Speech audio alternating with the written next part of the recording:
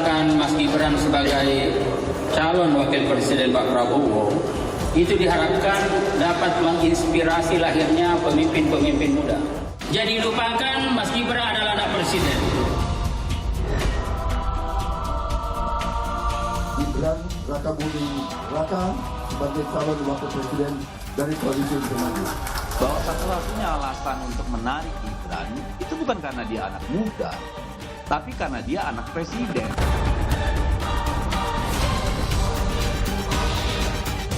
Keluarga yang patriotik, keluarga yang ingin berbakti kepada negara dan bangsa.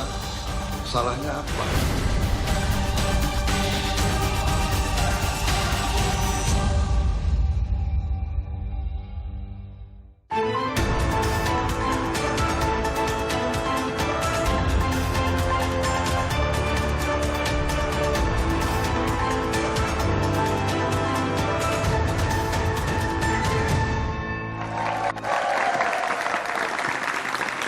Selamat malam. Langkah Prabowo Subianto menggait putra sulung Presiden Joko Widodo, Gibran Raka Buming Raka sebagai pasangan di Pilpres tahun depan terus menjadi pembicaraan.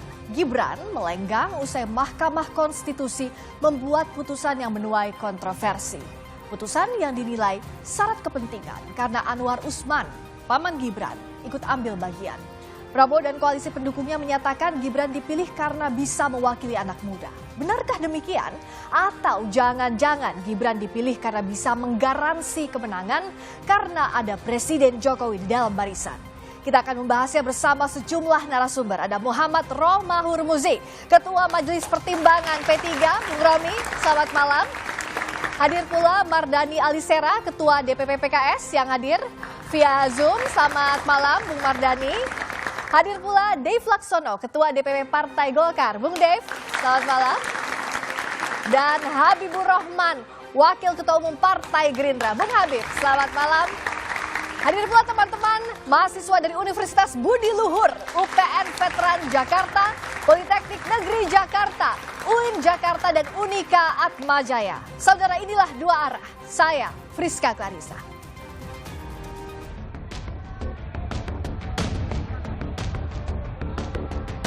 Anak muda, generasi milenial, generasi Z, dan jangan lupa para santri. Pasti kita dukung penuh. Bagaimana? Nggak salah pilihan aku? Paten enggak? Paten enggak wakil presiden kita? Terlalu muda enggak? Gue terlalu tua enggak? Sanjungan demi sanjungan disampaikan bakal capres Prabowo usai Gibran Raka Buming Raka menyampaikan pidato perdananya sebagai bakal cawapres. Tidak hanya sanjungan, Prabowo juga mengungkit sindiran yang ditujukan padanya maupun Gibran soal usia maju di Pilpres.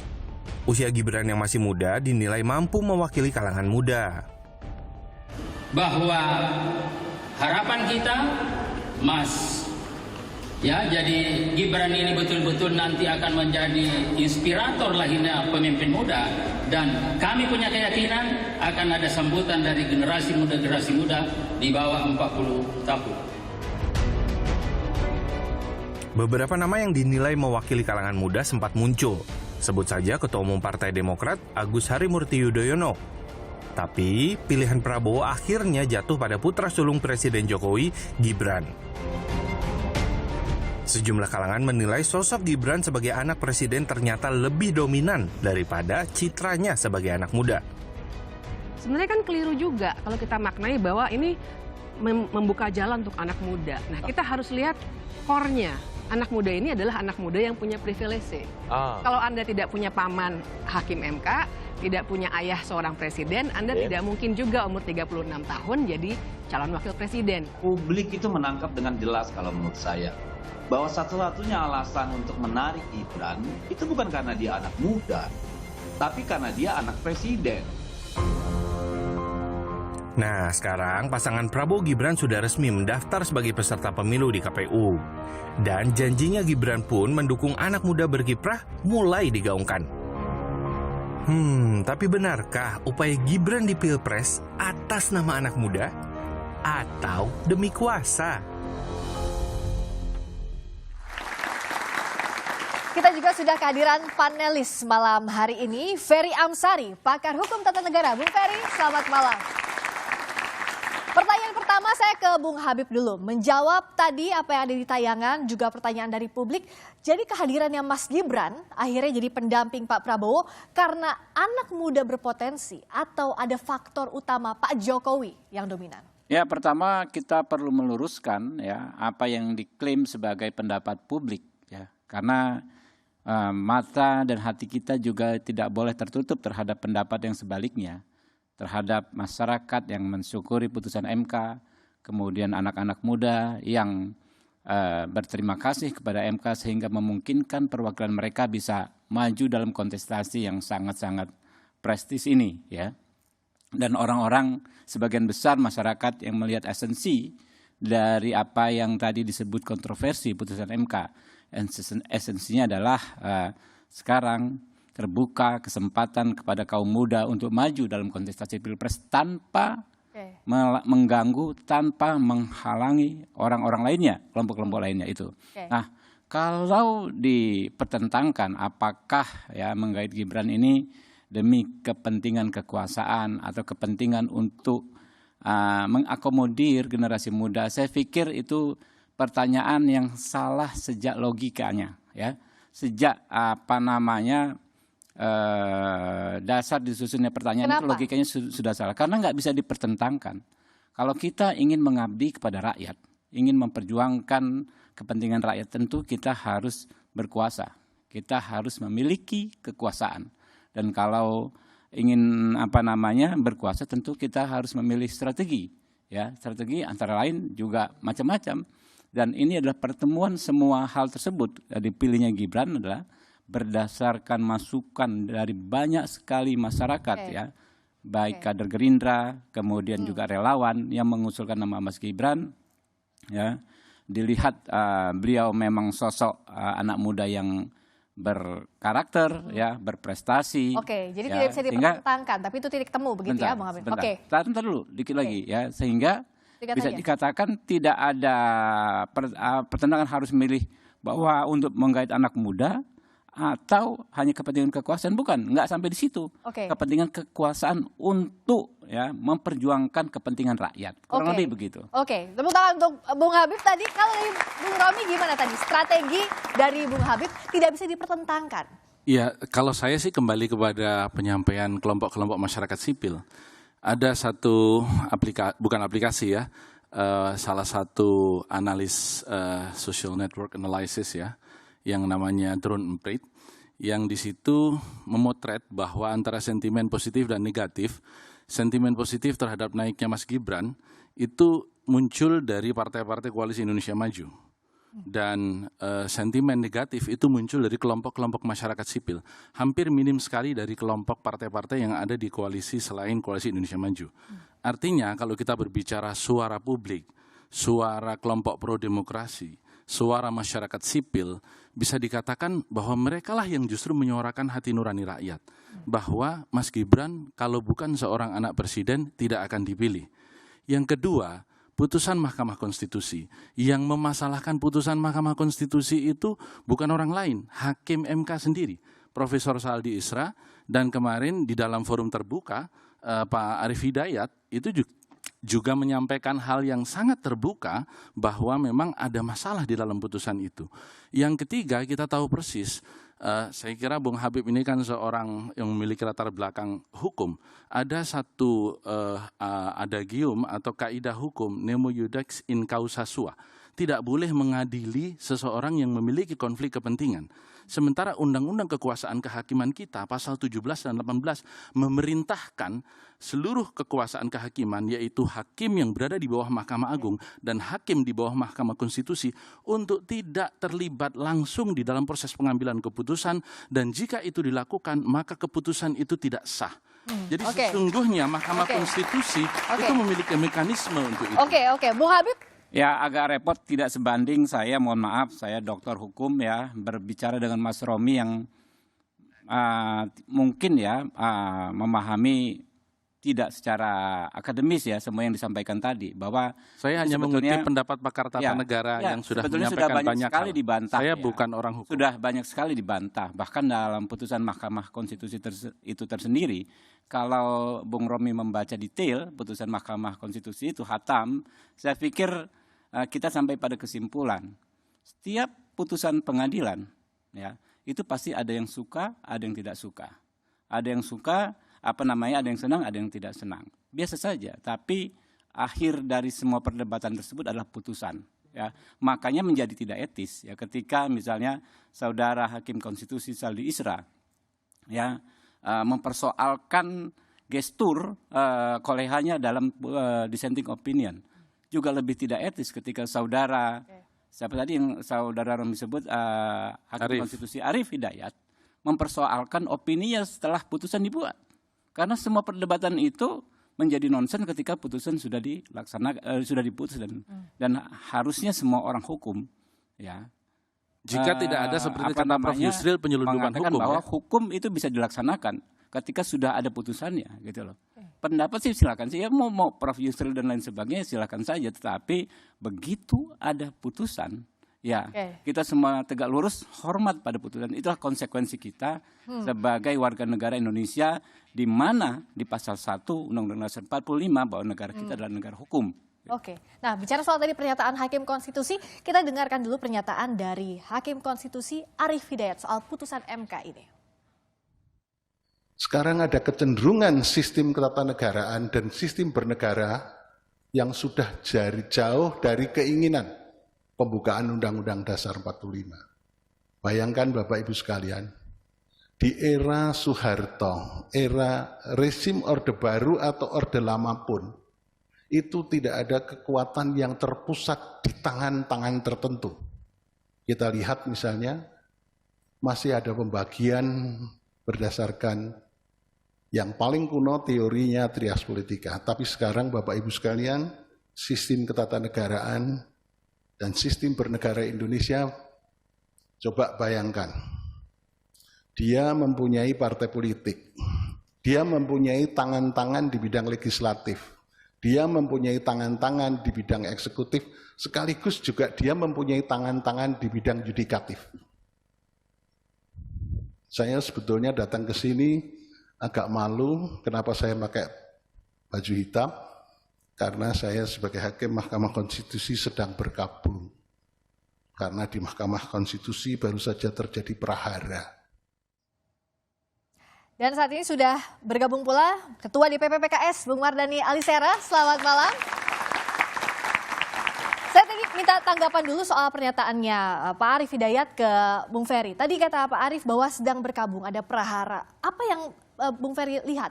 Ya, sebelum merespon pertanyaan itu, saya mau kasih informasi saja ke Bang Habib. Kalau dibaca, Bang Romi ini punya darah Begawan Hukum Tata Negara, namanya Muhammad Tolha Mansur. Itu Begawan Hukum Tata Negara Indonesia. Dari kecil dia sudah baca soal hukum tata negara itu. Makasih. Soal pendapat Pak Arief, saya pikir memang ada kegundah-gulanaan di tubuh Mahkamah Konstitusi. Bagaimana mungkin Mahkamah sepenting itu dalam aspek hukum tata negara kita dimanfaatkan untuk tujuan dan langkah-langkah politik tertentu. Saya melihat memang putusan 90 ini tidak lain dan tidak bukan memang untuk karpet merah bagi anak Presiden Jokowi. Prasangkanya ke sana, Stri. Ya, kenapa begitu? Sederhana saja. Setelah putusan, tak ada satupun yang mendapatkan manfaat dari putusan ini kecuali anak Presiden Joko Widodo. Mana cerita anak-anak muda lainnya yang akan dapat keuntungan dari putusan 90 ini? Oleh karena itu membacanya juga akan lebih enak kalau kemudian kita bisa memperbandingkan antara berbagai putusan yang berkaitan dengan ini. Misalnya putusan 21, 51, 51, 55. Sebelum putusan 90, Ketua MK itu mengundurkan diri dengan menyatakan bahwa ada konflik kepentingan antara dirinya dengan pemohon. Oleh karena itu dia mengundurkan diri. Tapi dalam perkara 90 dia masuk lagi. Mengubah komposisi dan arah putusan soal batas usia ini. Padahal pemohon 90 itu juga punya konflik kepentingan karena secara langsung disebutkan. Saya pemohon adalah penggemar berat Mas Gibran, tanpa Mas Gibran dalam perkara pemilu 2024, apa artinya pemilu 2004? Oke, Jadi sangat jelas. saya akan tanyakan ini ke Bung Habib karena masih spektrumnya hukum. Bung Habib tadi kata Mas Ferry tidak ada yang mendapatkan keuntungan kecuali Mas Gibran. Ya, undang-undang memang seperti itu. Secara norma undang-undang itu adalah erga omnes yang mengatur untuk semua, berlaku untuk semua. Ini nggak bisa dibantah kok. Saya berapa kali juga ketemu Bung Ferry nggak bisa dibantah kok. Ya namanya undang-undang. Tapi apakah ada orang yang bisa menggunakan hak tersebut sampai benar-benar secara de facto maju? Ya itu hal lain. Undang-undang Pilpres misalnya, itu erga omnes. Berlaku untuk semua. Tapi siapa yang bisa maju sebagai capres dan cawapres? Akhirnya cuma 6 orang atau 9 orang gitu kan. 6 kalau sekarang kan. Kalau kemarin misalnya 4 pasangan 8 orang dari 280 juta warga negara Indonesia. Jadi nggak bisa dibenturkan ya antara norma-norma hukum, prinsip-prinsip hukum ya kan dengan persoalan politik gitu. Ya silahkan saja menduga-duga, tapi menurut saya nggak bisa dipaksakan persoalan hukum lalu dianalisa secara politik lalu dipastikan. Wah ini pasti ya karpet merah untuk seseorang. Ini yang menurut saya justru memperkosa nilai-nilai hukum gitu loh. Kita orang hukum ya tentu ketika bicara topik hukum nggak bisa kita tanggalkan prinsip-prinsip di dunia hukum itu gitu. Bagaimana kalau Bung Mardhani melihat ini? Dan apakah ada kekhawatiran adanya ketidakadilan kalau anak presiden maju, dan bagaimana pula kalau dari sisi anak muda dan anak presiden betulkah tidak bisa dipertentangkan? Kita bahas usai jeda di Dua Arah.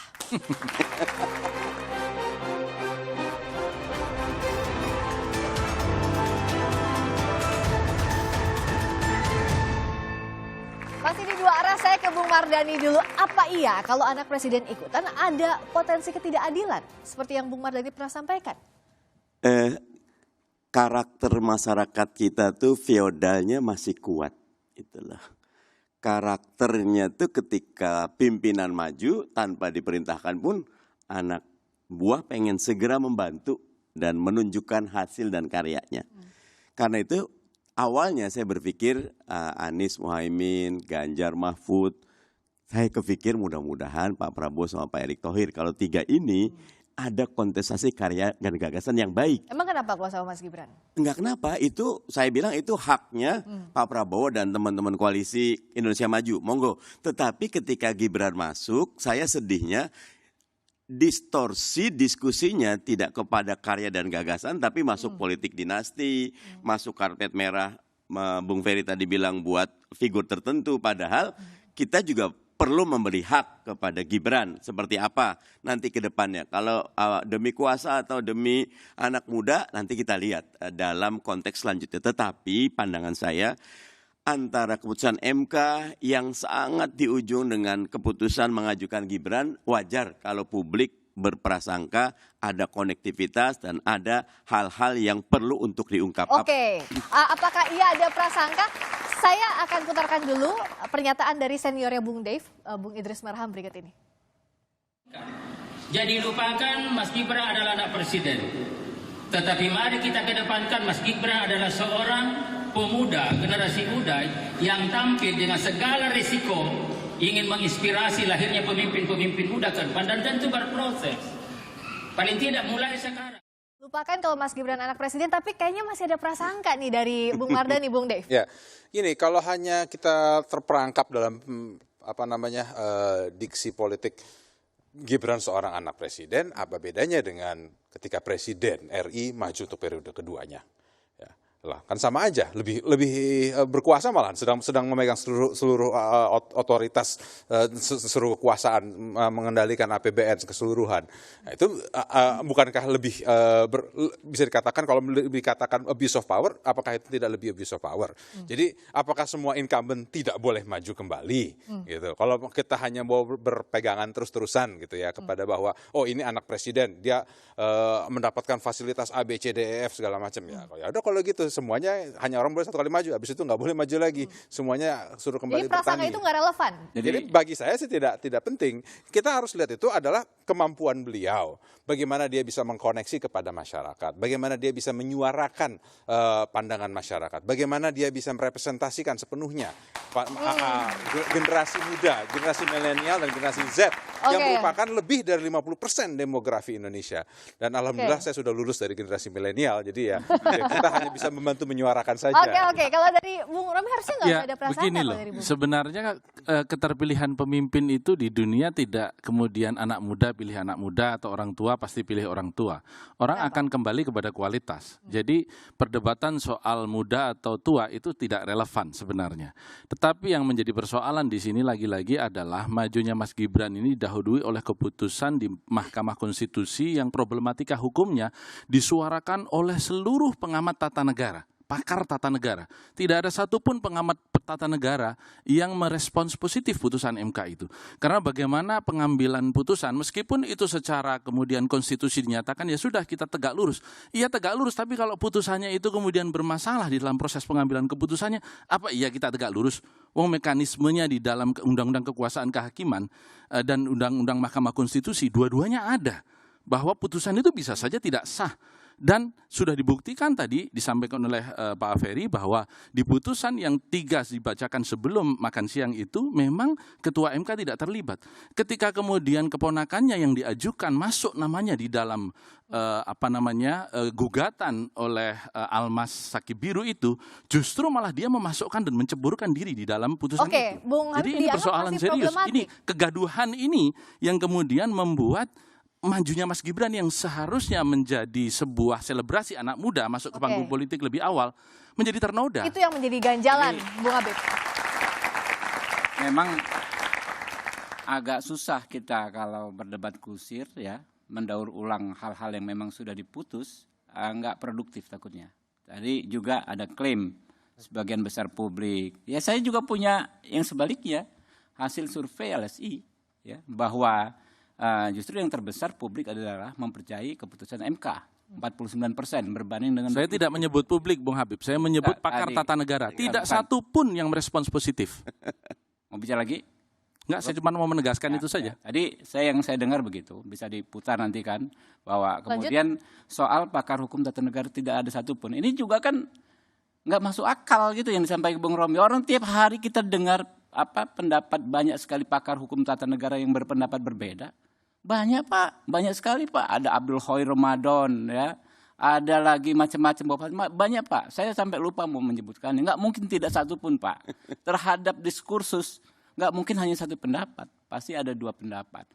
Jadi kita nggak perlu berdebat kusir soal begitu. Jadi ke depan, saya sih terima kasih ke Ustadz Mardani ya, Ustadz saya ini, beliau nih ya, soal bagaimana kita mencegah potensi abuse of power. Sama tadi disampaikan Bung Dev ya. Bahkan kita mengizinkan seorang presiden maju untuk kedua kalinya. Kalau soal abuse of power tentu harusnya kita larang presiden maju kedua kalinya. Nanti loh ya. Yang paling penting semangat itu. Semangatnya Bung Mardani, Ustadz Mardani ini jangan sampai terjadi abuse of power. Ini itu zaman keterbukaan. Ya? Saya anggota DPR dulu saya maju saya belum anggota DPR. Sekarang setelah maju sebagai anggota DPR jauh lebih sulit. Kenapa? Diawasi masyarakat. Salah dikit nggak boleh, salah dikit diprotes, salah dikit dipanggil Bawaslu. Itu yang terjadi saat saya sekarang sudah memegang kekuasaan. Justru jadi kalau orang memegang kekuasaan ada sisi lain di era demokrasi ini. Dia disorot banyak orang dan dia harus berhati-hati. Bung Ferry? Ya, pertama kita tidak akan mungkin melupakan Gibran adalah anak presiden. Masa publik disuruh insomnia berjamaah? Tidak mungkin itu. Kedua, tidak mungkin kita samakan antara karpet merah yang diberikan Gibran melalui putusan MK dengan 2 periode presiden. 2 periode presiden itu ada di dalam konstitusi. Diperbolehkan. Sementara membangun relasi nepotisme dilarang di konstitusi. Ingat ada ketentuan pasal 1 angka 5 dan pasal 22 Undang-Undang 28 tahun 99 tentang penyelenggara negara yang bersih dan bebas dari korupsi, kolusi, dan nepotisme. Apa nepotisme di dalam ketentuan undang-undang itu adalah penyelenggara negara yang menggunakan wewenangnya untuk keuntungan keluarga dan kroninya. Bahkan di pasal 22, tunggu Pak, pasal ini ada 22 kejahatan ini. Dikatakan Kejahatan. bahwa nepotisme Anda memotong pasal. didanakan. Anda memotong pasal. Silakan buka ketentuan undang-undang. Ini culas Harus ini, diingat ini. bahwa ketentuan Pak, sadar, pasal Pak. 6 Istighfar, Pak. Undang-Undang Dasar Istighfar. 1945 mengatakan bahwa syarat-syarat menjadi calon presiden diatur dalam undang-undang dan selama putusan MK selalu bicara ini hak pembentuk undang-undang. Harus diingat tunggu sedikit lagi bahwa Gerindra termasuk partai yang setuju agar usia calon presiden 40 tahun. Kenapa sekarang berbeda? Karena kepentingannya berbeda. Oke, Bung Habib. Jadi Bung Ferry ini jangan-jangan jadi pengamat yang nendang bola gitu loh. Jadi kalau mengutip pasal itu paling pantang kita memotong pasal.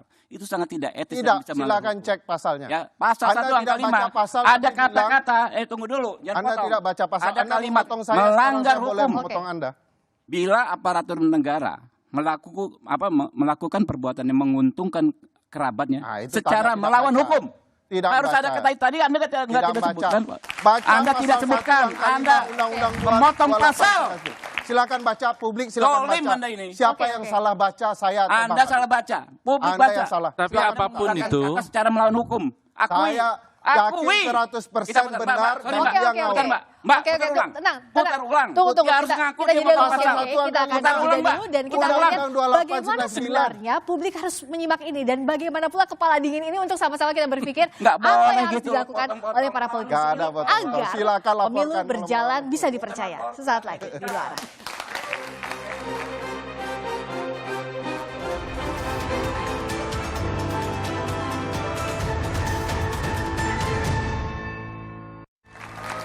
Masih di Dua Arah, Bung Habib, kenapa aturannya semestinya sudah tidak diotak-atik lagi? Kenapa? Kenapa peraturannya semestinya tidak usah diotak-atik dipermasalahkan? Nanti dulu kita baca dulu nih ya. Pasal 1 angka 5. Undang-Undang 28 tahun Monggo, 99. silakan. Sekalian pasal 22-nya, Bang. Nanti dulu. Boleh saya ngomong nggak? Oke, monggo Pak Ferry gantian duluan. ya. Pak Ferry duluan yang ngomong.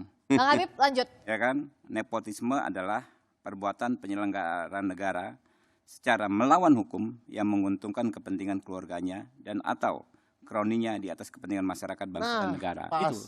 Enggak, Masuk sorry, pasal nanti dulu. Kalau Anda mau ngomong silakan, tapi saya belum Satu selesai. ya biar kedengeran, kan? Bang Habib. Jadi itu yang saya koreksi dari Pak Ferry ini. Ketika mengutip pasal 1 angka 5, beliau tidak menyebutkan melawan hukum. Lalu berkeras bahwa tidak ada kata melawan hukum itu. Silakan diputar saja perdebatan kami tadi. Ya kan? Nggak apa-apa kita saling koreksi. Ya. Nah, yang paling penting menurut saya, muaranya akhirnya ini adalah kita. Soal bagaimana tidak terjadi abuse of power. Daripada kita memperdebatkan kata ke kata, susah lah. Ya kan? Apa namanya, tafsir menafsir kata. Yang penting bagaimana kita mengawasi pelaksanaan kontestasi ini jangan terjadi abuse of power. Saya katakan tadi, saya Habibur Rahman, saya maju 2019 sama Pak Ustadz Mardani. Enak sekali Pak, Mbak. Nggak diawasi masyarakat dan lain sebagainya. Sekarang kita salah dikit disuratin, diprotes, ya kan? Dipanggil Bawaslu, diawasi oleh masyarakat, ya, diingatkan oleh masyarakat, gitu kan? Nah, jadi ketika orang memegang kekuasaan ada dua sisi. Di satu sisi mungkin bisa lebih mudah karena ada anggaran, ada program dan lain sebagainya. Tapi di sisi lain kita bagaikan di ruang kaca. Negara kita negara demokrasi. Jadi jangan sampai ada abuse of power itu yang harus diawasi. Pertama, semakin beliau bacakan ketentuan pasal 1 angka 5 itu semakin cocok dengan peristiwa ini.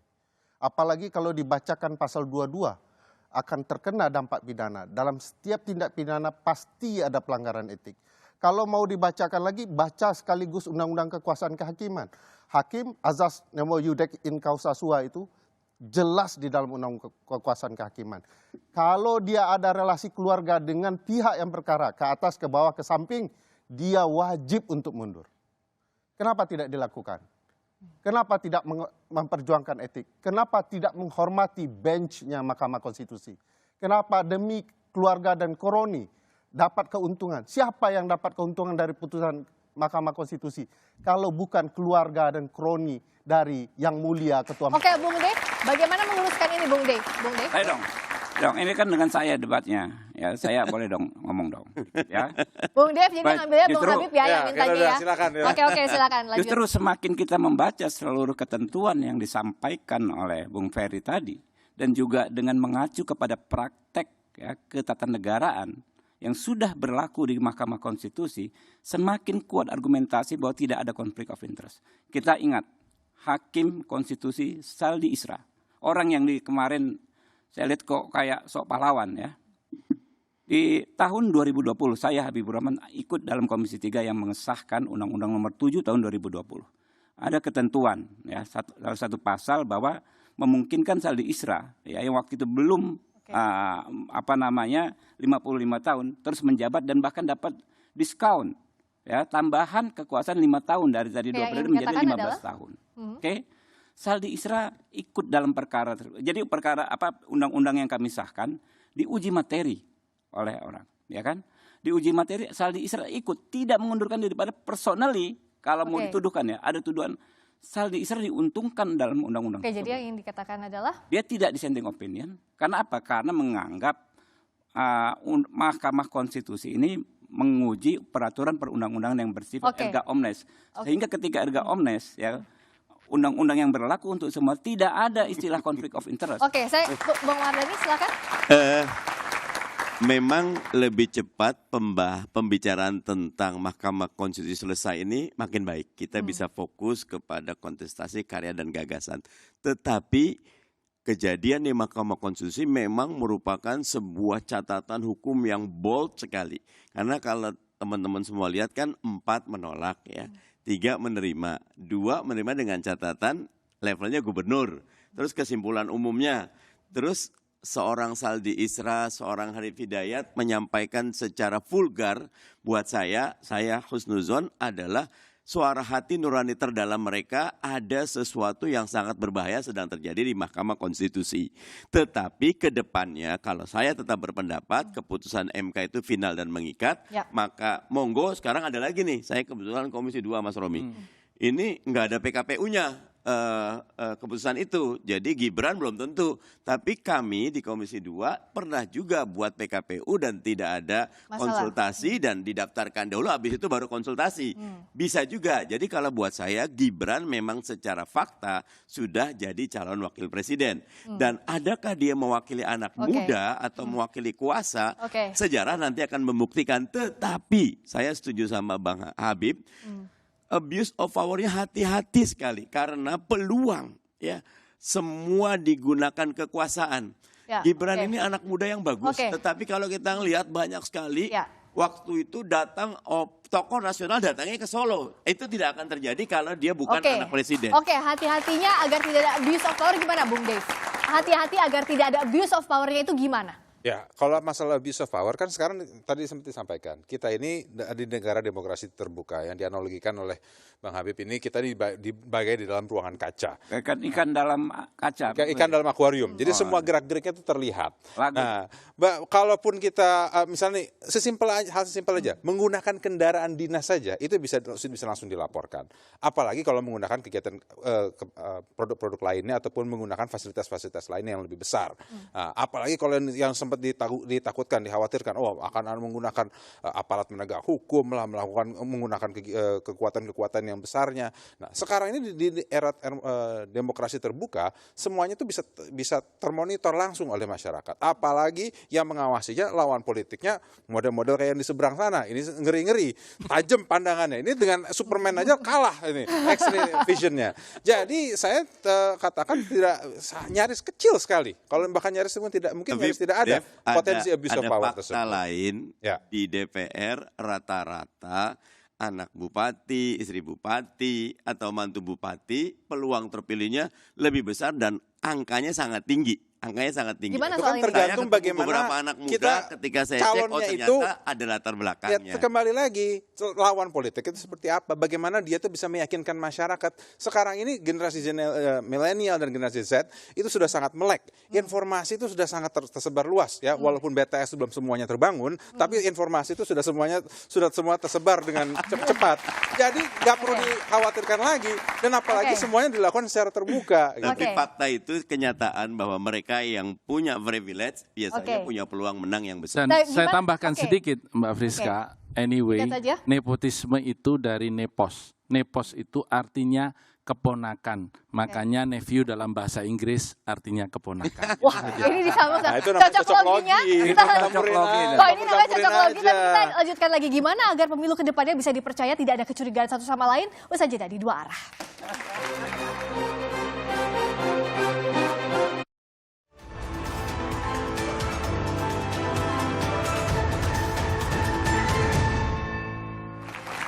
Nah, berikutnya adalah kalau tadi kan jangan mundur-mundur lagi bicara soal aturan, tapi kayaknya yang nggak mau move on juga dari masing-masing di sini nih. Saya ke Bung Romi dulu. Jadi gimana untuk mengawasi fokusnya ke depan agar bisa dipercaya pemilunya? Ya, yang pasti bahwa pemilu ini kan seperti yang tadi disampaikan, kita seperti ikan di dalam akuarium. Kita mencintai presiden kita, Pak Jokowi, dan menghormatinya dengan menjaganya untuk tetap imparsial.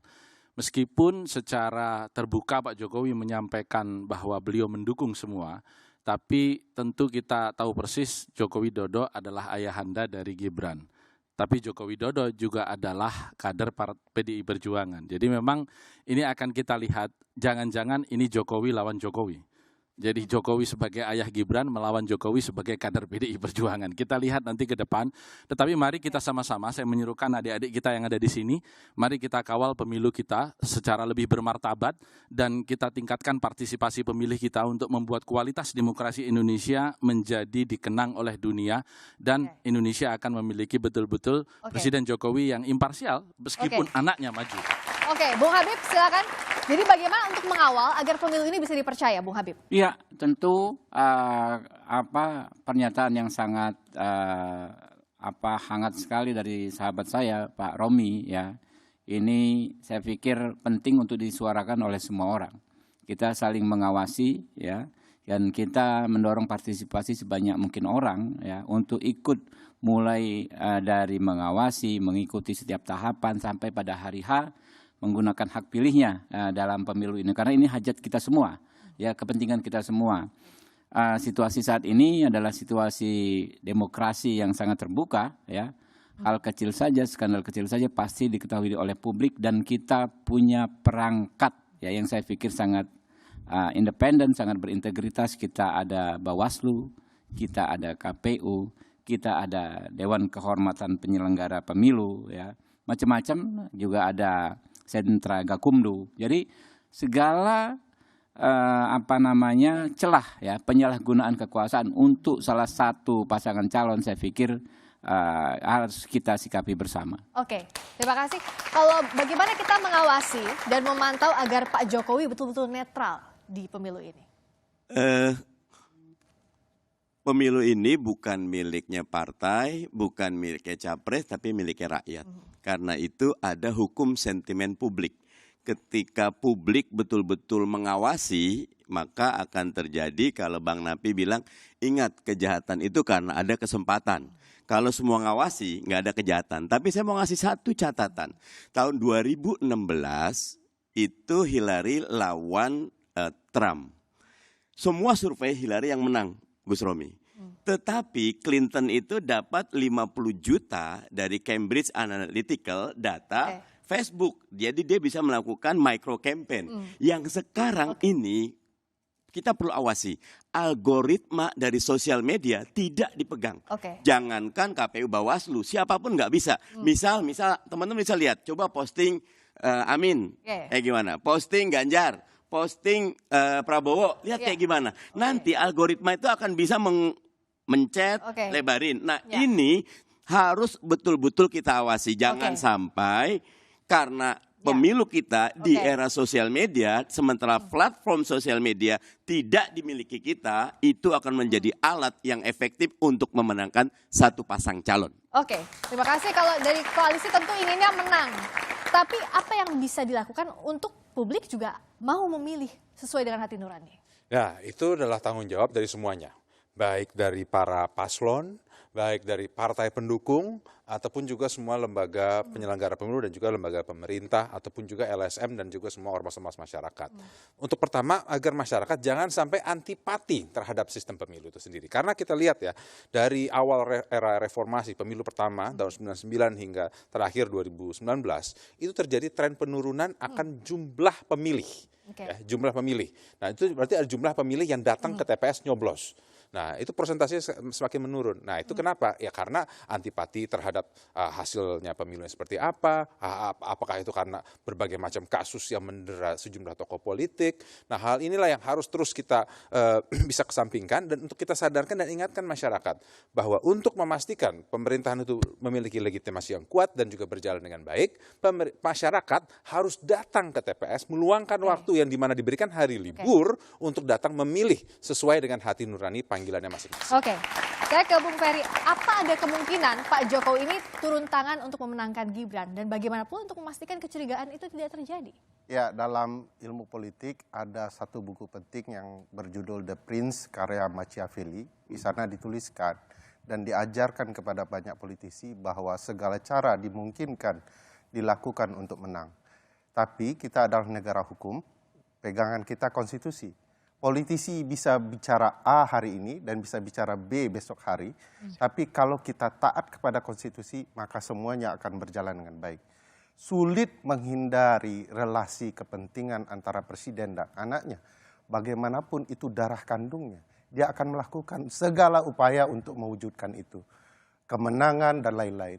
Oleh karena itu, gunakanlah mata dan hati nurani kita untuk mengawasi pemilu kita. Semua orang bisa salah, tapi tidak boleh mengulangi kesalahan karena kerugiannya akan didera oleh publik. Oleh karena itu, publik mari awasi pemilu kita. Terima kasih Bung Ferry. Saudara, negara ini didirikan oleh para pemuda Soekarno, Muhammad Hatta, Syahrir, Tan Malaka, dan masih banyak nama lainnya. Mereka berjuang sekuat tenaga demi kemerdekaan bangsa, bukan demi diri sendiri atau keluarga. Mereka berjuang demi mewujudkan kemerdekaan, bukan menumpuk kekuasaan. Karenanya memberikan kesempatan untuk anak muda mengambil peran dalam pemerintahan, bukan sesuatu yang tabu dan haram. Selama itu dilakukan sesuai aturan dan tak ada penyelewengan kekuasaan. Juga mengedepankan asas meritokrasi, bukan hasil kolusi, apalagi mengakali konstitusi. Waktunya rakyat mengawasi. Saya Frisa Clarissa, tetap saksikan Kompas TV untuk mengupdate informasi terkini, terutama seputar pemilu. Hanya di Kompas TV, independen terpercaya. Sampai jumpa. Terima kasih banyak. Terima kasih banyak. Bung Habib, terima kasih banyak. Terima kasih.